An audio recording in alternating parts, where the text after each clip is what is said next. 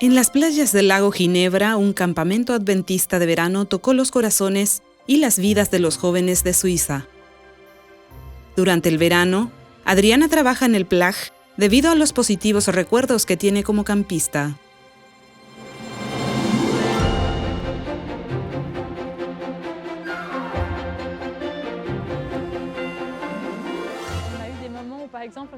Pasábamos momentos junto al lago, conversando alrededor de la fogata. Eso te permite estar con una o varias personas, pero también intercambiar experiencias, compartir nuestras luchas, tener momentos especiales unos con otros y animarnos unos a otros. Los campistas pasan el día en divertidas actividades como deportes acuáticos en el lago, pero desarrollar una conexión con Jesús tiene prioridad.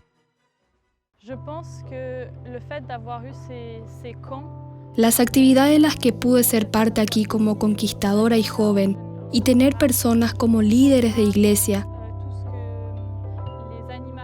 y los pastores para nutrir mi fe, realmente me ayudaron a desarrollar mi fe.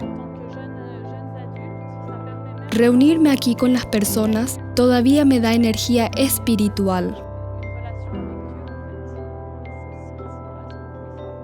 Adriana ha visto a muchas personas entregar sus corazones a Jesús y ser bautizadas en el lago debido a las experiencias en el campamento.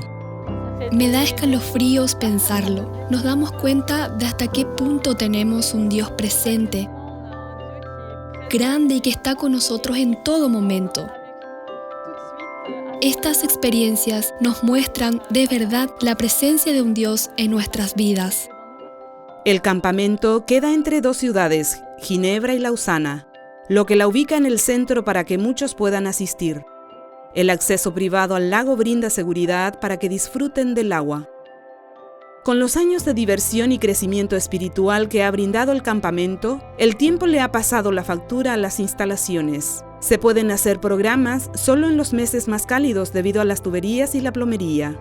En los meses más fríos, las tuberías se congelan, impidiendo el uso de la cocina y los baños. Otro problema es la cocina. Necesita espacio para almacenar alimentos, una mejor distribución y nuevos electrodomésticos.